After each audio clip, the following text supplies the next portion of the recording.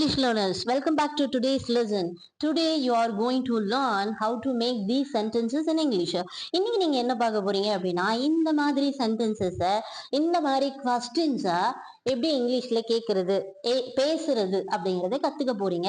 Actually this is a very casual and common way to ask permission or to ask something is acceptable. அப்படின்னா ஒரு விஷயம் இருக்கு, ஒரு ஒரு ஒரு கேள்வியை உங்கள் நெருங்கிய நண்பர்கள் அல்லது உங்களுடைய உறவுகள் அல்லது யாரோ ஒருத்தர் உங்களுக்கு நெருக்கமானவங்க கிட்ட ரொம்ப கேஷுவலா நீங்க பெர்மிஷன் கேட்கணும். பெர்மிஷன் மீன்ஸ் அனுமதி கேட்கறதுக்கு இதெல்லாம் நம்ம வந்து கேட்போம் இல்லையா? நான் கொஞ்ச நேரம் கழிச்சு ஃபோன் பண்ணா பரவாயில்லையா? நான் கொஞ்ச நேரம் கழிச்சு ஃபோன் பண்ணா நீ அட்டன் பண்ணுவியா? பரவாயில்லையா அப்படின்னு கேட்போம். நான் லீவு எடுத்தால் பரவாயில்லையா? ஓகேயா? ஸோ யாரோ ஒருத்தங்க உங்களுக்கு ரொம்ப க்ளோஸான ஒருத்தங்க கிட்ட நீங்க கேக்குறீங்க, நான் லீவ் எடுத்தா பரவாயில்லையா அப்படின்னு நீங்க கேட்பீங்க இல்லையா? அதாவது நம்ம க்ளோஸ்ட் ஒன் கிட்ட தான் இந்த மாதிரி கேள்வி எல்லாம் நம்ம கேட்போம். ஸோ அவள் வேறு யாரையாவது திருமணம் செய்தால் பரவாயில்லையா, இது நம்ம கிட்ட நம்ம ஃப்ரெண்டு கிட்ட கேட்போம். கரெக்டா? ஏய், அவங்க வீட்டுல இந்த மாதிரி நிலைமை, அவ வேற யாரையாவது கல்யாணம் பண்ணா உனக்கு ஓகேவா, உனக்கு பரவாயில்லையா அப்படின்னு கேட்போம் இல்லையா? இந்த மாதிரி கேஷுவல் சென்டென்சஸ் நம்ம சேனல்ல என்ன பார்த்துட்டு இருக்கோம் அப்படின்னா, கேஷுவலா நம்ம டெய்லி லைஃப்ல பேசக்கூடிய கான்வர்சேஷன் சென்டென்சஸ், அதாவது உரையாடலுக்கு தேவையான சென்டென்சஸ், டெய்லி லைஃப்ல யூஸ் பண்ணக்கூடிய சென்டென்சஸ், இதை சிம்பிளா எப்படி கத்துக்கிறது அப்படிங்கிறத பார்த்துட்டு இருக்கோம். ஆக்சுவலி நமக்கு வந்து கிராமரை தாண்டி நிறைய விஷயங்கள் இருக்கு இல்லையா இங்கிலீஷ்ல? ஸோ இந்த மாதிரி விஷயங்கள் நீங்க கத்துக்கும் போது இன் சிம்பிளிஃபைடு வேல நீங்க இங்கிலீஷை கத்துக்கும் போது உங்க வீட்டுல எல்லாரோடையும் இங்கிலீஷ்ல ஈஸியா நீங்க பேச ஆரம்பிச்சிருவீங்க. இப்பதான் சேனலை ஃபர்ஸ்ட் டைம் பாக்குறீங்க அப்படின்னா சப்ஸ்கிரைப் பண்ணிட்டு பாருங்க. இது இல்லைங்க, இதை விட இன்னும் நிறைய ஈஸியான மெத்தட்ல எப்படி இங்கிலீஷ் கத்துக்கலாம் அப்படிங்கறத நம்ம பார்க்க போறோம். Okay, come let's get started. கொஞ்ச நேரம் கழித்து போன் செய்தால் பரவாயில்லையா? இந்த பரவாயில்லையா அப்படிங்கிறது காமனா இருக்கு எல்லாத்துலயுமே. அதுக்கு வந்து நீங்க வந்து என்னது யாரு காலையாவது தெரியாம முழிச்சிட்டீங்க, அவங்க உங்ககிட்ட சாரி கேட்கும் போது என்ன சொல்லுவீங்க? It's okay. இட் இஸ் ஓகேன்னு சொல்ல மாட்டோம், இட்ஸ் ஓகே அப்படின்னு சொல்லுவோம். ஓகேயா? ஸோ இட்ஸ் ஓகேயும் இட் இஸ் ஓகேயும் கரெக்ட் தான். இட்ஸ் ஓகே அப்படின்னா நீங்க என்ன சொல்றீங்க? பரவாயில்ல அப்படின்னு சொல்றீங்க, அப்படிதானே? பரவாயில்ல அப்படின்னு நீங்க சொல்றீங்க. அப்போ இட்ஸ் ஓகேன்னா பரவாயில்லை. அப்ப பரவாயில்லையான்னு கேள்வி கேட்கும் போது என்ன ஆகும்? இந்த இஸ் முன்னாடி வரும் இட்டு. ஸோ கொஸ்டின் டேக்கா மாறும்போது இஸ் இட் ஓகே அப்படின்னு மாறும். ஓகேயா?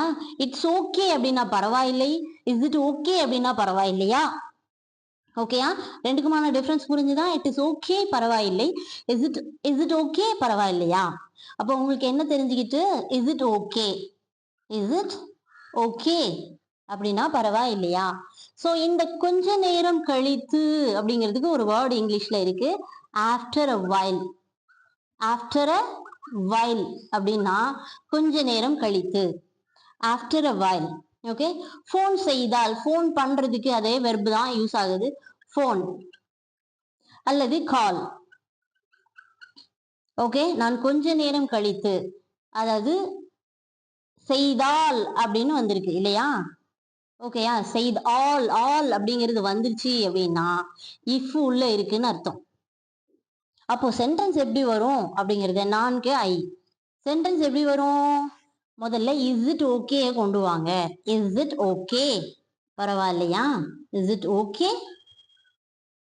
ஓகே, இஃப் அடுத்து இஃப் வரணும். Is it okay if I வரணும். Call, if I call after a while. புரியுதா? புரியுதா? புரியுதா? Okay, got it. Is it okay if I call. இந்த இடத்துல உனக்குன்னு வரணும் அப்படின்னா நீங்க யூ போட்டுக்கலாம். ஓகேயா? Is it okay if I call you after a while. நான் கொஞ்ச நேரம் கழிச்சு உனக்கு ஃபோன் பண்ணா பரவாயில்லையா? Is it okay if I call you after a while. இது ரொம்ப கேஷுவலா யூஸ் பண்ணக்கூடிய கொஸ்டின்ஸ் இல்லையா? நம்ம டெய்லி லைஃப்ல யூஸ் பண்ணுவோம். பரவாயில்லையா? Is it okay if I call you after a while. நான் உனக்கு கொஞ்ச நேரம் கழிச்சு கால் பண்ணட்டுமா அப்படின்னு இப்படி கேட்கலாம் நீங்கள். Okay, got it. Shall we move to the next sentence? நான் லீவு எடுத்தால் பரவாயில்லையா? முதல்ல நீங்க செய்ய வேண்டியது பரவாயில்லையா. Is it okay, is it okay. இந்த ஆல் எடுத்தால் அப்படிங்கும் போது இஃப், எடுக்கிறது அப்படிங்கிறதுக்கு டேக். லீவு அப்படிங்கிறதுக்கு அ லீவ் அப்படின்னு போடுவீங்க. அ லீவ் தான் போடணும், சரியா? நான் அப்படிங்கிறதுக்கு ஐ. அப்ப சென்டென்ஸ் எப்படி வரும்? முதல்ல is it okay, is it okay, பரவாயில்லையா? ஓகே, இஃப் அடுத்து வரணும். Is it okay if I take a leave, if I take a leave. Is it okay if I take a leave, நான் லீவ் எடுத்தால் பரவாயில்லையா? Is it okay if I take a leave? Okay, okay, got it? புரியுதா? Okay, shall we move to the next sentence? பாருங்க, அவள் வேறு யாரையாவது திருமணம் செய்தால் பரவாயில்லையா? சோ முதல்ல நீங்க பரவாயில்லையா போடுவீங்க. Is it okay, is it okay. All செய்தால் அப்படிங்கும்போது இந்த இடத்துல இஃப். இந்த திருமணம் செய்தல் அப்படிங்கிறதுக்கு இது எல்லாமே V1 ஃபார்ம்ல தான் சொல்லுவோம். V1 தான் வரணும் இந்த கொஸ்டின்ல ஃபுல்லா. பெர்மிஷனா நீங்க கேட்கும்போது கெட் மேரீட், திருமணம் செய்யறதுக்கே இப்படிதான் நீங்க யூஸ் பண்ணி சொல்லணும். கெட் மேரிட், அதாவது V1 ஃபார்ம்ல சொல்றீங்க, ப்ரெசென்ட்ல சொல்றீங்க. நம்ம பார்த்த எல்லா சென்டென்ஸ்லயுமே V1 வெர்பு தான் யூஸ் பண்ணணும், இல்லையா? சோ இப்போ கெட் மேரிட் அப்படிங்கிறது திருமணம் செய்தல். சோ இந்த இடத்துல நீங்க யாரை கல்யாணம் பண்றீங்களோ அவங்களுக்கு முன்னாடி டு போட்டு தான் நீங்க வந்து சொல்லணும். ஓகேயா? உங்க உங்க வீட்டுக்கு, அதாவது நீங்க கல்யாணம் பண்ணி, நான் கல்யாணம் பண்றேன் அப்படிங்கிறதுக்கு கெட் மேரிடு. ஓகேயா? இது பிரசன்ட் டென்ஸ். பாஸ்ட் டென்ஸ் சொல்லும்போது காட் மேரிட். ஓகேயா? இப்போ நான் என்ன சொல்றேன் அப்படின்னா ஐ கெட் மேரிட், நான் வந்து மேரி டு அப்படிங்கும்போது இது பிரசன்ட்ல சொல்றீங்க. நான் இவரை கல்யாணம் பண்ணேன் அப்படிங்கிறதுக்கு I got married, I got married அப்படின்னீங்கன்னா நான் மேரிடு டு சுந்தர் அப்படின்னு நான் சொல்றேன் அப்படின்னா நான் சுந்தரை கல்யாணம் பண்ணியிருக்கேன் அப்படின்னு அர்த்தம். பண்ணினேன் அப்படின்னு அர்த்தம். நான் அதாவது உங்க உங்க பார்ட்னருக்கு முன்னாடி இந்த டூவை நீங்க போட்டுதான் சொல்லணும். மேரீடு டு, யாரை கல்யாணம் பண்ணீங்களோ அவங்க நேமுக்கு முன்னாடி இந்த டூ அப்படிங்கிற ப்ரப்போசிஷன் வரணும் ஆஸ் பர் இங்கிலீஷ் ரூல்ஸ். ஓகேயா? புரியுதா? ஓகே, அப்போ இந்த இடத்துல எப்படி வரும் அப்படின்னா அப்படிங்கிறதுக்கு சி, வேறு யாரையாவது அப்படிங்கிறதுக்கு சம் ஒன், வேறு யாரையாவது அப்படிங்கிறதுக்கு சம் ஒன் எல்ஸ். ஓகேயா? வேறு யாரையாவது சம்ஒன் எல்ஸ். அப்போ சென்டென்ஸ் எப்படி வரும் பாருங்க. Is it okay, is it okay, பரவாயில்லையா? இஃப் அடுத்து சப்ஜெக்ட் ஷீ. ஓகே, அடுத்து கெட்ஸ் மேரீட் அப்படின்னு வரணும், ஏன்னா third person singular. Is it okay if she get married to someone else, is it okay if she gets married to someone else. Is it okay if she gets married to someone else, அவள் வேறு யாரையாவது திருமணம் செய்தால் பரவாயில்லையா? அவர்கள் நாளைக்கு வந்தால் பரவாயில்லையா? முதல்ல இந்த பரவாயில்லையா அப்படிங்கிறதுக்கு is it okay, is it okay. வந்தால் அப்படிங்கிறதுக்கு ஆல் இருக்கு, அதனால இஃப் வரும். ஓகே, வர்றது அப்படிங்கிறதுக்கான V1 verb கம். நாளைக்கு அப்படிங்கிறதுக்கு டுமாரோ, இல்லையா? டுமாரோ. அவர்கள் அப்படிங்கிறதுக்கு தே. அப்போ சென்டென்ஸ் எப்படி வரும்? கொஸ்டின் எப்படி வரும்? Is it okay, okay, if, is it okay if they, அடுத்து தே வரும். இஃப் தே அடுத்து என்ன வரும்? கம் டுமாரோ, டுமாரோ லாஸ்ட் போயிடணும். If they come tomorrow. புரியுதா? Is it okay if they come tomorrow, அவங்க நாளைக்கு வந்தா பரவாயில்லையா? Is it okay if they come tomorrow, அவர்கள் நாளைக்கு வந்தால் பரவாயில்லையா? Is it okay if they come tomorrow. Okay, புரியுதா? Shall we move to the next sentence? நான் அடுத்த மாதம் பணத்தை செலுத்தினால் பரவாயில்லையா? உனக்கு ஓகேயா? நெக்ஸ்ட் மந்த் தான் என்னால பே பண்ண முடியும், உனக்கு பரவாயில்லையா அப்படின்னு பெர்மிஷன் கேக்குறீங்க. எப்படி கேட்கலாம்? பரவாயில்லையா அப்படிங்கிறதுக்கு is it okay, is it okay. செலுத்தினால் அப்படிங்கிறதுக்கு ஆல் இருக்கு இல்லையா? இதுல செலுத்தினால் நாள் அப்படின்னு இருக்கு, அப்ப இஃப். செலுத்துறது அப்படிங்கிறதுக்கு பே. ஓகே, பணத்தை அப்படிங்கிறதுக்கு மணி. அடுத்த மாதம் அப்படிங்கிறதுக்கு நெக்ஸ்ட் மந்த். நான் அப்படிங்கிறதுக்கு ஐ.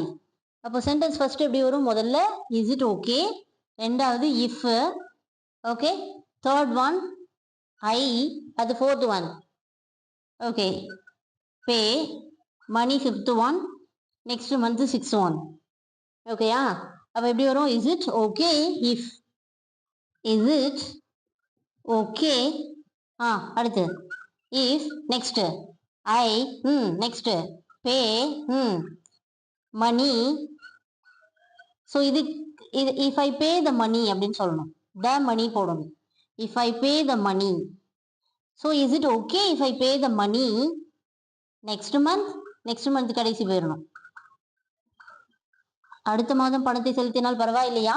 Is it okay if I pay the money next month? நான் அடுத்த மாதம் பணத்தை செலுத்தினால் பரவாயில்லையா? Is it okay if I pay the money next month? Okay, got it?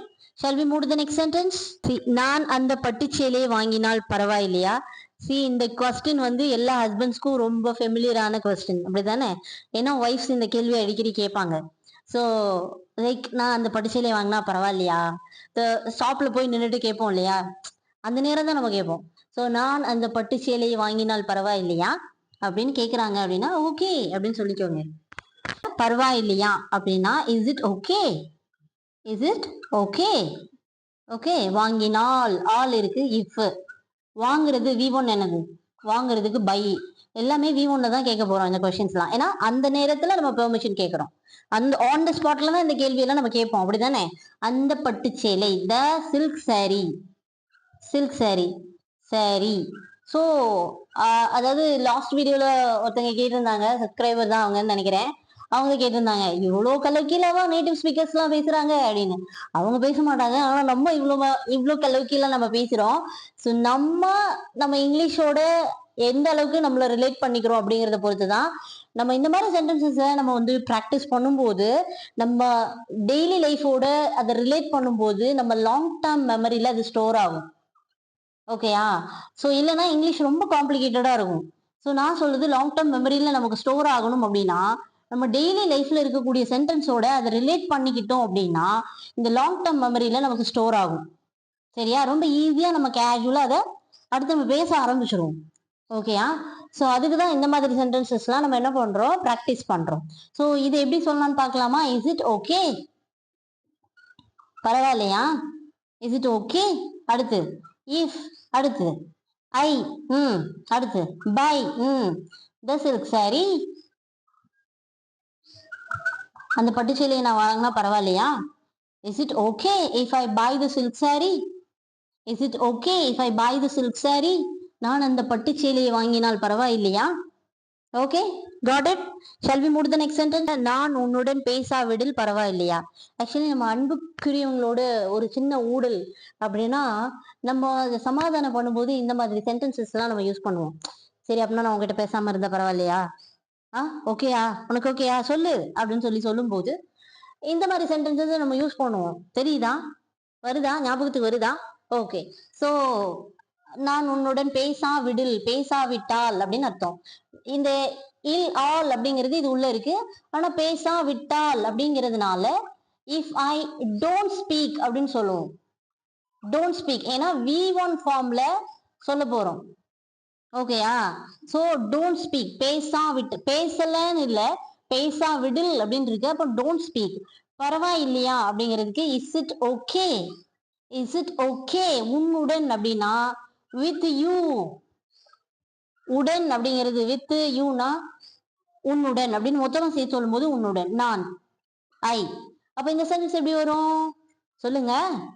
Is it okay, next if okay, I, okay, don't, speak, with you. Okay, ஐங்கிறதுனால don't speak வந்திருக்கு. இந்த இடத்துல அவள் அப்படின்னு வந்திருந்ததுன்னா டசன் ஸ்பீக்னு மாறி இருக்கும். ஓகேயா?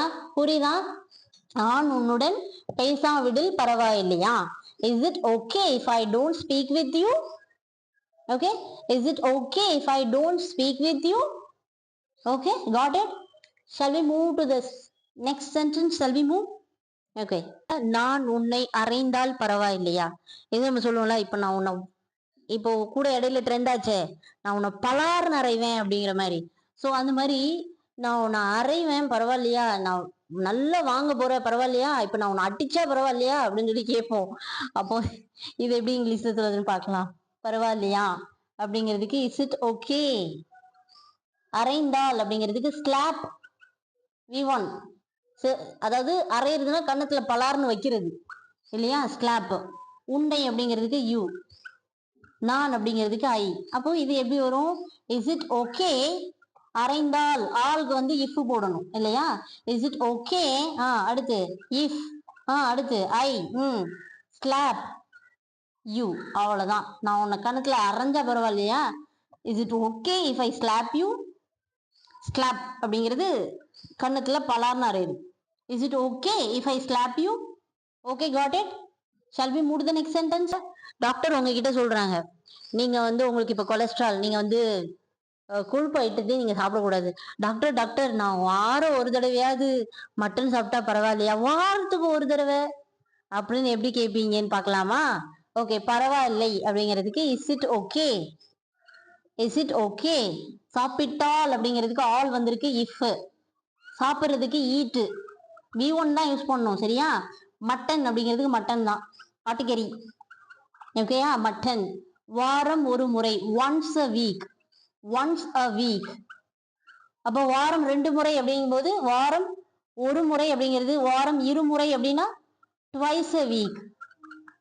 Okay, twice a week. வாரம் 2 முறை. அப்போ வாரம் 3 முறை அப்படின்னு சொல்லணும் அப்படின்னா, வாரம் 3 முறை அப்படின்னு சொல்றீங்க அப்படின்னா thrice a week. thrice a week அப்படின்னு சொல்லணும். ஓகேயா, புரியுதா. ஓகே, நம்ம இதுக்கு பார்க்கலாம். ஓகே, நம்ம இதை சென்டென்ஸ் பார்க்கலாம். நான் அப்படிங்கிறதுக்கு ஐ. அப்ப சென்டென்ஸ் எப்படி வரும், நீங்களே சொல்லுங்களேன். இஸ் இட் ஓகே, அடுத்து அடுத்து இஃப், அடுத்து ஐ, அடுத்து eat. Okay, next mutton. If I eat mutton. Okay, அடுத்து once a week. Once a week. Okay, got it. Is it okay if I eat mutton once a week? Doctor, is it okay if I eat, உங்க friend, உங்க family டாக்டர்கிட்ட இந்த மாதிரி கேட்கலாம். Okay, doctor is it okay if I eat mutton once a week அப்படின்னு கேட்கலாம். Okay, got it. Shall we move to the next sentence? நீங்க இப்படிதான் கேட்கணும், நான் வாரம் ஒரு முறை மட்டன் சாப்பிட்டால் பரவாயில்லையா. Is it okay if I eat mutton once a week? Is it okay if I eat mutton once a week? நான் வாரம் ஒரு முறை மட்டன் சாப்பிட்டால் பரவாயில்லையா. ஓகேயா, shall we move to the next sentence? நான் ஹிந்தியில் பேசினால் பரவாயில்லையா. பரவாயில்லையா அப்படிங்கிறதுக்கு இஸ் இட் ஓகே. ஸோ நீங்க இருக்கீங்க, உங்க ஃப்ரெண்ட் எல்லாரும் இருக்காங்க, அவங்களுக்கு ஹிந்தி தெரியும் அப்படின்னா, சரி ஓகே நான் ஹிந்தியில பேசினா பரவாயில்லையே, உனக்கு ஒன்றும் பிரச்சனை இல்லையே அப்படின்னு கேட்குறீங்க. Is it okay. பேசினால் அப்படிங்கிறதுக்கு ஆளுக்கு வந்து இஃப். பேசுறது அப்படிங்கிறதுக்கு ஸ்பீக். ஹிந்தியில் அப்படிங்கும் போது இன் ஹிந்தி. ஓகே, இன் ஹிந்தி. நான் அப்படிங்கிறதுக்கு ஐ. அப்போ சென்டென்ஸ் எப்படி வரும், முதல்ல நீங்க சொல்லுங்க. Is it okay. Is it okay. Next if I speak in Hindi. Is it okay if I speak in Hindi. நான் ஹிந்தியில் பேசினால் பரவாயில்லையா. ஓகேயா, இதே மாதிரி நான் உங்களுக்கு ஹோம்ஒர்க் கொடுக்கவா. ஓகே ஓகே ஓகே, உங்களோட ஹோம்ஒர்க் என்னன்னு பார்க்கலாமா. உங்களுக்கான ஹோம்ஒர்க் இதுதான். அவள் ஆங்கிலத்தில் பேசினால் பரவாயில்லையா.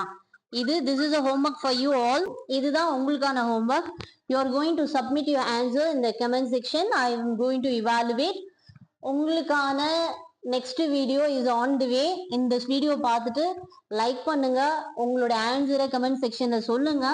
So how is the lesson today, அதையும் மறக்காம மென்ஷன் பண்ணுங்க. Okay, so okay, we will catch up in the next class. Until then, take care. Bye. Thank you.